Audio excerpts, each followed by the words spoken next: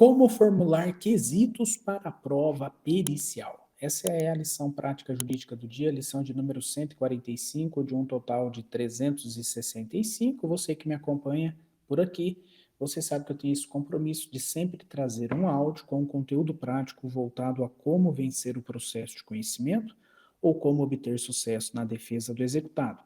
Vamos falar hoje especificamente da prova pericial e da formulação dos quesitos que deverão ser respondidos pelo perito judicial. Quesitos que são apresentados pelo advogado do autor e também pelo advogado do réu, sendo também possível, claro, que o juízo do caso concreto também formule esses quesitos. Mas vamos lá, na sua prática jurídica, o que você deve observar para apresentar os quesitos que deverão ser respondidos pelo perito nesse caso concreto? A prova pericial é uma prova importante porque ela é usada naquelas demandas em que a discussão envolve uma questão técnica ou científica, uma questão, portanto, específica, que foge do conhecimento do próprio juiz.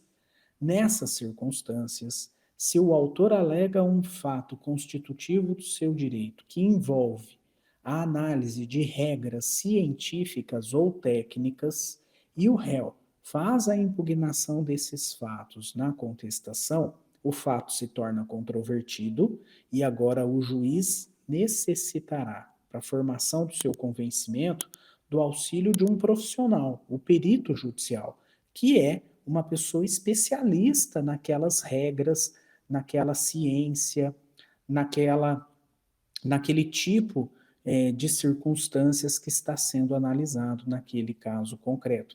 E esse profissional nomeado pelo juiz, o perito judicial, ele vai produzir essa prova chamada perícia, analisando as circunstâncias específicas do caso concreto e emitindo a sua opinião, inclusive respondendo os quesitos apresentados pelas partes. E ele faz isso num documento chamado laudo pericial. Muito bem. Quando o juiz nomeia o perito, o juiz também intima as partes para que elas apresentem assistente técnico, que é alguém vinculado a ela, autor ou réu, e que vai participar também da produção da prova pericial, nesse sentido, representando o autor ou o réu, e além de ter a faculdade de indicar o assistente técnico, as partes também têm a faculdade de apresentar os quesitos, que são as perguntas formuladas ao perito, que deverão ser respondidas no seu laudo pericial, no seu documento final. Muito bem. Claro que para apresentar os quesitos, os advogados do autor e do réu devem analisar quais são os fatos constitutivos do direito alegado que representam uma análise específica das regras da ciência, das regras que o juiz precisa do auxílio do perito para formar o seu convencimento. Nessas circunstâncias, é muito importante a participação na formulação dos quesitos dos próprios assistentes técnicos, porque eles, os assistentes técnicos, aqueles que representam o autor e o réu, os assistentes técnicos também têm o conhecimento técnico ou científico daquilo que está sendo discutido no processo e que, portanto, podem auxiliar o advogado do autor e do réu a formular os quesitos que deverão ser respondidos pelo perito. Agora, de uma forma geral, né, os quesitos, eles não podem ser quesitos relacionados diretamente à questão jurídica correspondente. Perito não emite opiniões sobre questões jurídicas, apenas sobre as questões técnicas ou científicas que ele, perito, domina naquele caso concreto. Agora, é muito importante também que, ao formular os quesitos, as partes não apresentem questionamento direto em relação a essas questões jurídicas.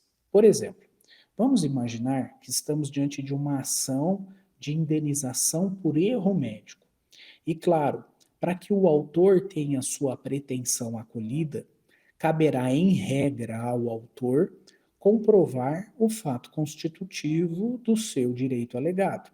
Caberá ao autor comprovar que o réu, o médico, praticou uma conduta médica, um ato médico, que essa conduta médica foi ilícita, ou seja, contrariou as normas da medicina, que essa conduta ilícita, o ato médico que contrariou as regras da medicina praticada pelo médico, foi em decorrência de uma negligência, imprudência ou imperícia, portanto, a culpa, e que essa conduta ilícita e culposa do médico foi a causa do dano experimentado pelo autor, vítima desse erro médico, desse ato médico.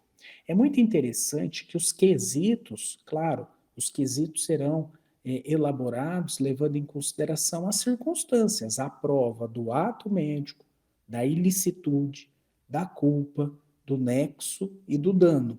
Esses quesitos não sejam feitos de uma forma direta, como por exemplo, o médico réu agiu com culpa? Esse tipo de questionamento, de quesito, deve ser evitado. O médico foi negligente? Perguntas assim, relacionadas diretamente, envolvem aspectos jurídicos. Culpa é um elemento jurídico que muitas vezes o perito judicial não tem capacidade de aferir. Os quesitos, eles devem ser mais específicos para que o perito responda. Como, por exemplo, você pode fazer um quesito nesse sentido, ó. A conduta do médico, e aí você vai descrever qual foi a conduta do médico, o ato cirúrgico, o atendimento na clínica, vai especificar. A conduta do médico encontra amparo na literatura médica segundo o padrão de comportamento esperado para o caso, ou representa falta de cuidado, ou extrapolou aquilo que era esperado, ou ainda não seguiu a técnica esperada para o caso concreto. Veja, agora você está colocando elementos específicos. Se aquela conduta do médico, o ato praticado, se está ou não em conformidade com a literatura médica, significa é um ato lícito, se estiver em conformidade com a literatura médica, ou ilícito, não está em conformidade com a literatura médica. Por quê?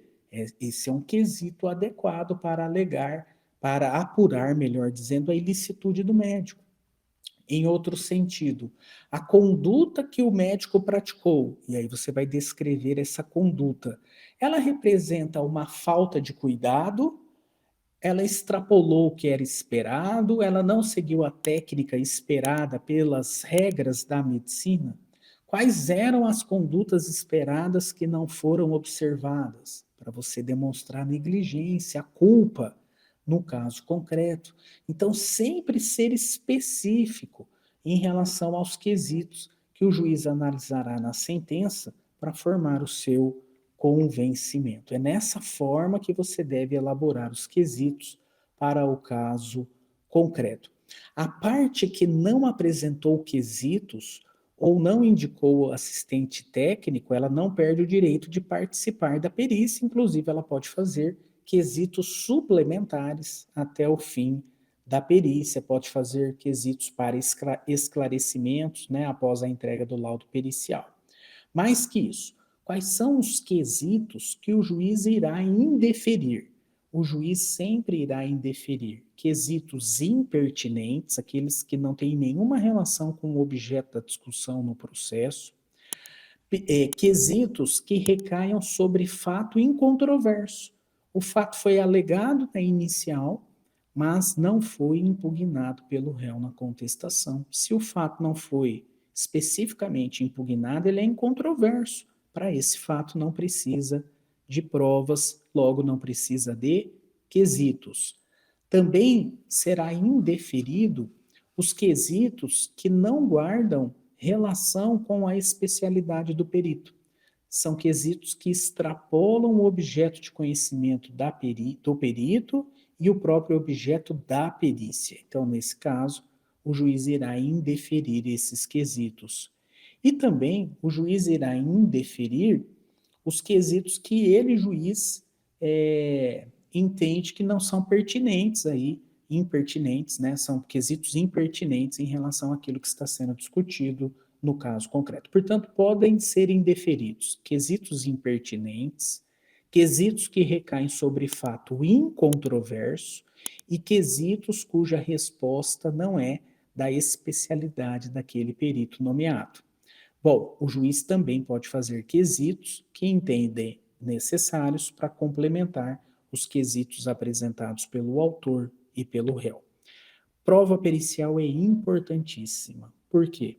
Porque ela é uma prova de alta credibilidade. Quem faz a prova, o perito judicial, é alguém da confiança do juiz, imparcial, que não tem nenhuma relação com as partes. Então é muito importante você, como advogado, ter o auxílio de um assistente técnico para poder identificar, né, como apresentar os melhores quesitos e também como impugnar depois o laudo pericial, caso esse laudo pericial não seja favorável às pretensões do seu cliente.